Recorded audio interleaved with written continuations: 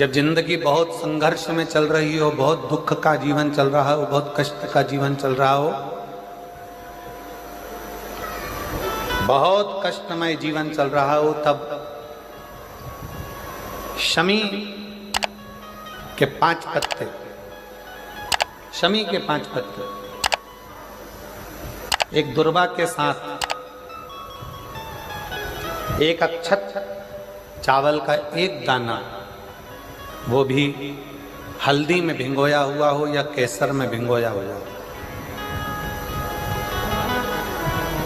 शमी पत्र 5, एक दुर्वा, एक चावल का दाना, जो दिल से हृदय से बेलपत्री के वृक्ष के नीचे पार्थिव लिंग का निर्माण कर कर मट्टी का शिवलिंग बनाकर प्रदोष काल में, मतलब शाम के समय पर शिवलिंग बनाकर उस पे जल चढ़ाकर, जो ये 5 शमी का पत्र, एक दुर्वा और एक चावल का दाना, अपनी कामना कर कर जो दुख चल रहा है बाबा से विनय कर कर एक एक पत्ता जब समर्पित कर दे, फिर एक दुर्वा समर्पित कर दे, फिर एक चावल का दाना समर्पित कर दे और बाबा का वहीं पर पुनः विसर्जन कर दे, 3 महीना तो जाने दो, 15 दिन के अंदर वो दुख कटता जरूर है, चाहे कोई भी दुख,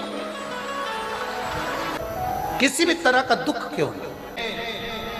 एक बेलपत्र के वृक्ष की परिक्रमा करने वाले को हजारों अश्वमेध यज्ञ का फल प्राप्त हो जाता है, हजारों अश्वमेध यज्ञ का फल प्राप्त हो जाता है। उसी तरह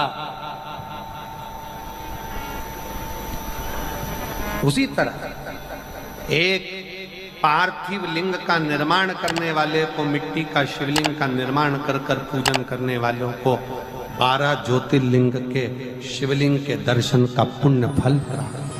बहुत ध्यान लगाकर सुनिएगा। एक बेलपत्री और उस बेलपत्री में एक चंदन की बिंदी और एक अक्षत का दाना मात्र रखकर भी अगर शिवालय पर चढ़ा दी जाती है,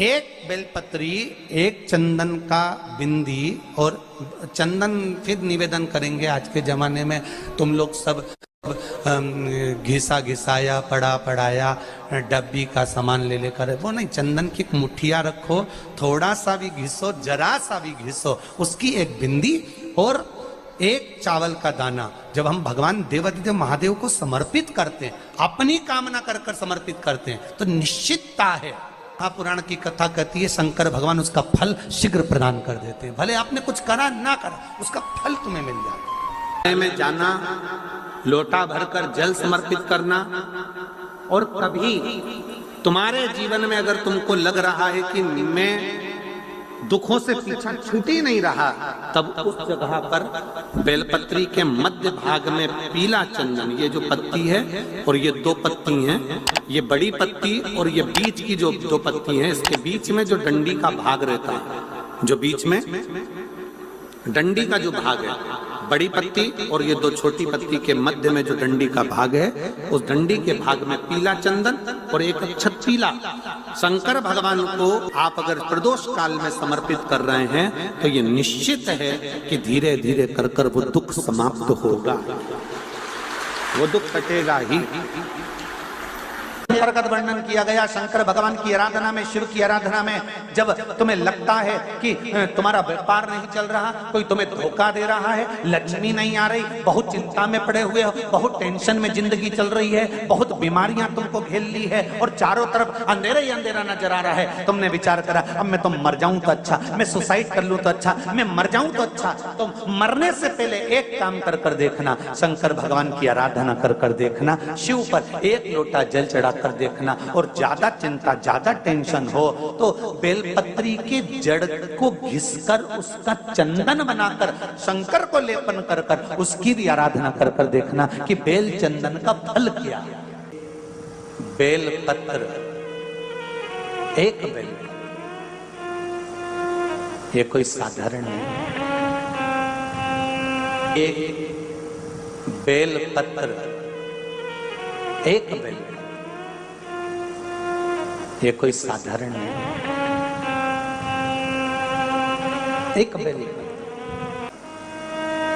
इसकी नीचे की डंडी से लेकर ये दो पत्तियां जहां लगी हैं और दो पत्ती से लेकर ये बीच की जो पत्ती है उसमें जो गैप है, उसमें जो जगह है, दिख रही है आपको? ये दो पत्ती से लेकर बीच की पत्ती के बीच में जो जगह खाली रहती है, 33 कोटि देवी देवताओं विराजमान रहते हैं इस बीच की जगह में।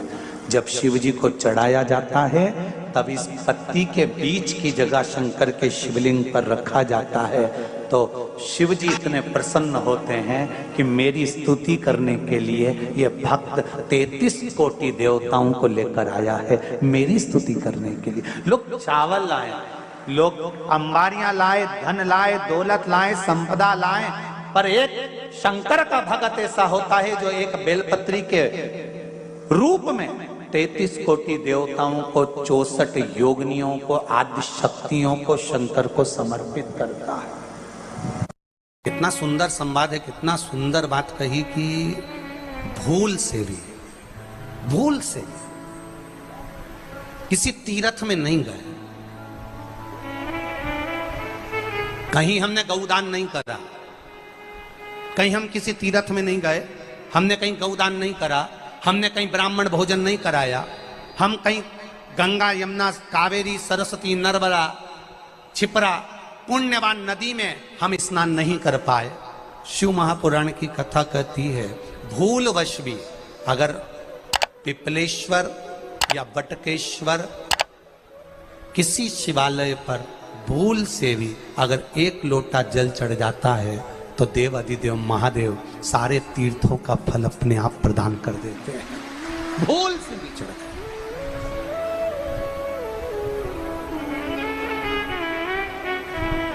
एकांतेश्वर महादेव किसी तीर्थ में नहीं गए, कहीं हमने गौदान नहीं करा, कहीं हम किसी तीर्थ में नहीं गए, हमने कहीं गौदान नहीं करा, हमने कहीं ब्राह्मण भोजन नहीं कराया, हम कहीं गंगा यमुना कावेरी सरस्वती नर्मदा छिपरा पुण्यवान नदी में हम स्नान नहीं कर पाए। शिव महापुराण की कथा कहती है भूलवश भी अगर पिपलेश्वर या बटकेश्वर किसी शिवालय पर भूल से भी अगर एक लोटा जल चढ़ जाता है तो देव अधिदेव महादेव सारे तीर्थों का फल अपने आप प्रदान कर देते हैं। भूल से भी चढ़ गए।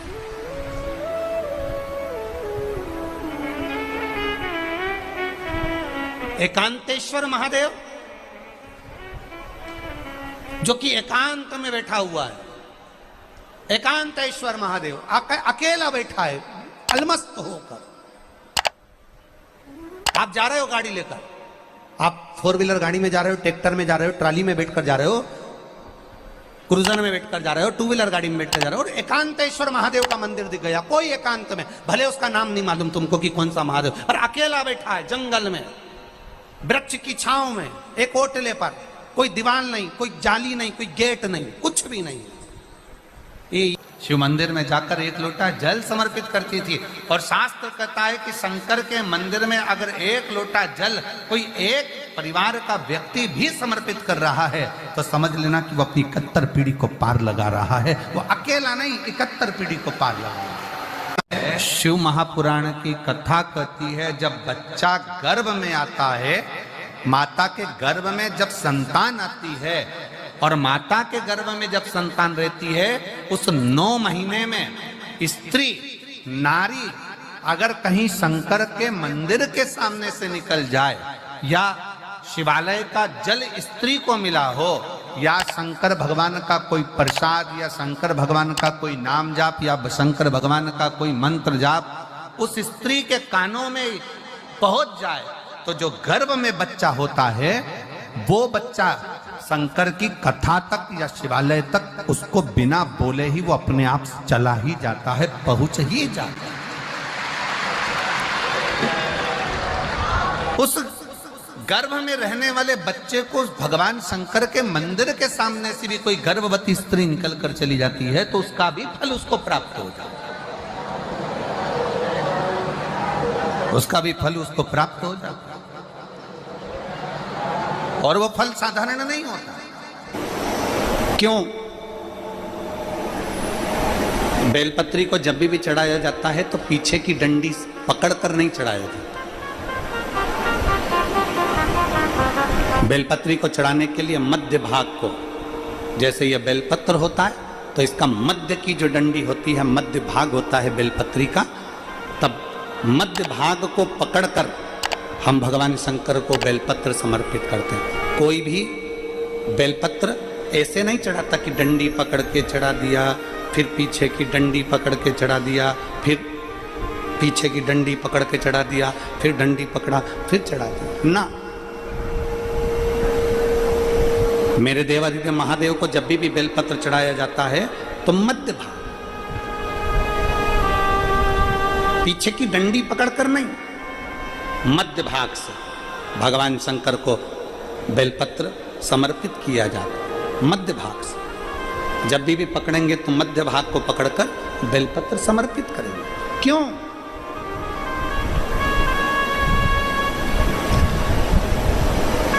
क्योंकि हमने भगवान शिव को मध्य भाग पकड़कर इसलिए समर्पित करा कि ये केवल बेलपत्र का मध्य भाग नहीं है मेरे शंभू, मेरे हृदय के मध्य भाग को मैं आपके चरणों में समर्पित कर रही हूं। मेरा दिल, मेरा हृदय, मेरा चित्त मैं आपको दे रही हूं। मध्य भाग एक विश्वास के साथ दे रही हूं। इतनी सुंदर बात नंदी ने कही है। नंदी ने ये बात जो कही वो वास्तव में बड़ी सुंदर है कि मान लो यदि कोई कार्य तुम्हारा हो नहीं रहा और पूरी दुनिया में तुमने कर कर देख लिया, बहुत प्रयास कर कर देख लिया, तो भी वो कार्य अगर तुम्हारा नहीं होता, तो फिर एक काम करो कि शिव की स्तुति करो, शंकर की स्तुति, शंकर का गुणगान, शंकर की भक्ति, शंकर का स्मरण।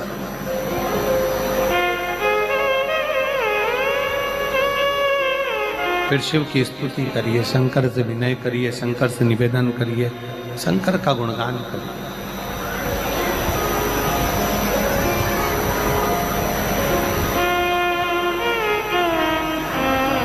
पर भगवान की भक्ति होती कब? जितने आस्था चैनल पर कथा सुन रहे हैं, जितने फेसबुक यूट्यूब पर कथा सुन रहे हैं, जितने पंडाल में बैठकर शिव भक्त कथा को रसपान कर रहे हैं, उनसे निवेदन करूंगा कि शंकर की भक्ति होती कब है, शंकर का स्मरण कब होता है, शंकर की भक्ति कब होती है, शंकर की कथा सुनने में मन कब लग सकता है? जब अपने भीतर की अभिमत्ता, अपने भीतर का अहम, अपने भीतर का अहंकार, अपने भीतर की आसक्ति, अपने भीतर का काम, अपने भीतर की तृष्णा जब दूर हो जाए तो समझो कि आप शिव में मन लगा बैठे। कितने सारे लोग बैठे हैं यहाँ पर कथा में, सब पंडालों के अंदर लोग शिव भक्त बैठे हुए हैं। कई लोग ऐसे भी होंगे जिनका आकर बैठ तो गए पर दिल नहीं लगता। दो जल व्यक्ति के जीवन को बदलते। कितने जल? जम के बोलो जरा। दो जल। एक देवाधिदेव महादेव के लिए भरा गया एक लोटा जल, और दूसरा है स्वयं के लिए भरा गया एक लोटा जल। यहाँ पर अगर बुजुर्ग मेरी माताएं बैठी होंगी, मेरी जीजियाँ बैठी हैं, मेरे जीजा बैठे हैं, बुजुर्ग जितनी माताएं बैठी हैं, वो पुराने समय का अगर लेख उठाकर देखेंगे तो पुराने समय के लोग भोजन करने बैठते थे ना, तो भोजन करने से पहले अपने पानी के लोटे को भरकर, अपना गिलास भरकर बैठते थे। किसी ने देखा है कि नहीं देखा? जम के बोलो जरा। देखा है आप लोगों ने? पुराने समय के लोग जब भोजन करने बैठते थे, पुराने समय के लोग जब भोजन करने बैठते थे तो अपना पानी का गिलास, अपना पानी का लोटा पहले भरकर आसन लग जाता था। बहू आसन लगा देती थी, बहू खाना बना देती थी, घर की पत्नी खाना बना देती थी, भोजन बना देती थी, घर के लोग भोजन दे देते थे। थाली कोई भी लगा कर ला कर दे, थाली कोई सजा कर ला कर दे, पर घर का जो व्यक्ति खाना खाने बैठता था, भोजन करने बैठता था, वो अपना पानी स्वयं भर कर बैठता था।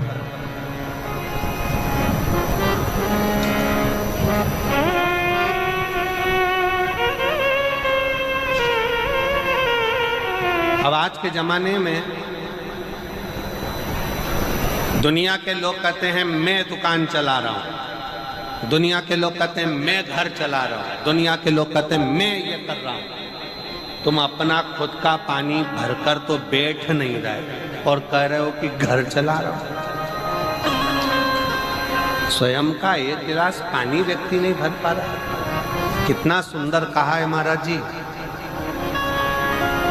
बहुत सावधानी से सुनिएगा।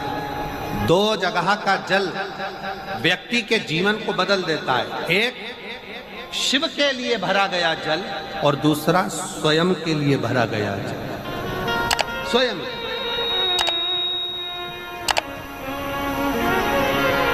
शंकर के मंदिर में जा रहे हो, एक लोटा जल अपने घर से भरकर लेकर चले जाओ और अपने घर में जब तुम भोजन करने बैठ रहे हो, जब तुम रोटी खाने बैठ रहे हो, भोजन करने बैठ रहे हो, भोजन ग्रहण करने बैठ रहे हो, जब तुम भोजन को ग्रहण करने के लिए बैठ रहे हो, तब अपने घर में जब तुम भोजन ग्रहण करने बैठ रहे हो तो एक लोटा जल या एक गिलास पानी भरकर बैठो।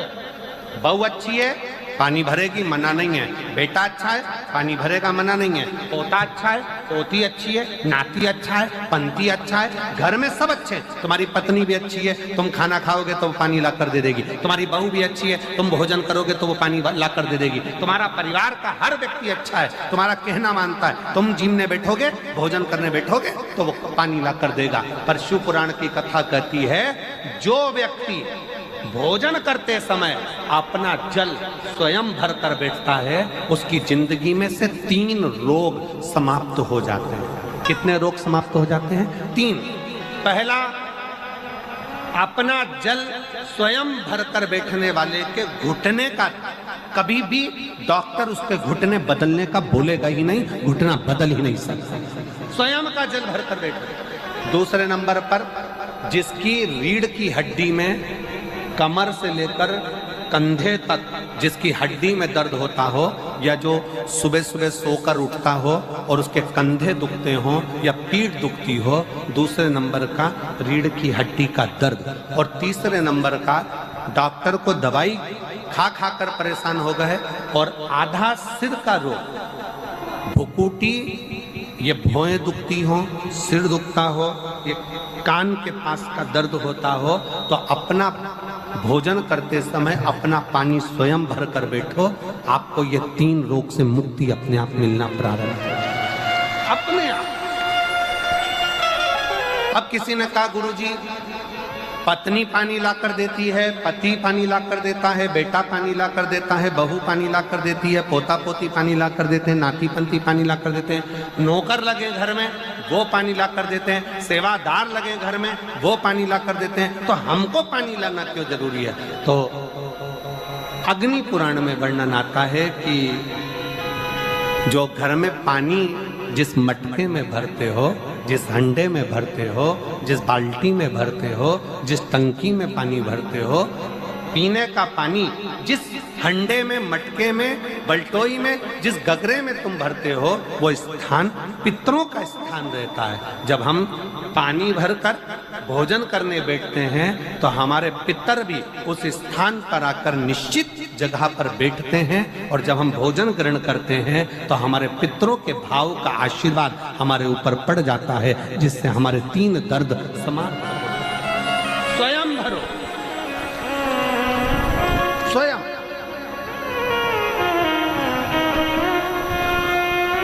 अब आज का जमाना इतना विचित्र है कि नौकर चाकर, परिवार, घर इतना बड़ा हो गया।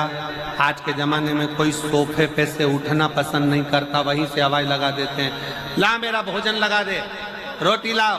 रोटी आई तो मालूम पड़ा पानी ला कर रखा बहू ने। वो बहू ला देगी, बहुत अच्छी है, बहू बेकार नहीं है, बहुत अच्छी है, बेटी बहुत अच्छी है, ला देगी पानी, भोजन भी लाएगी, पानी भी लाएगी, सब कुछ लाएगी।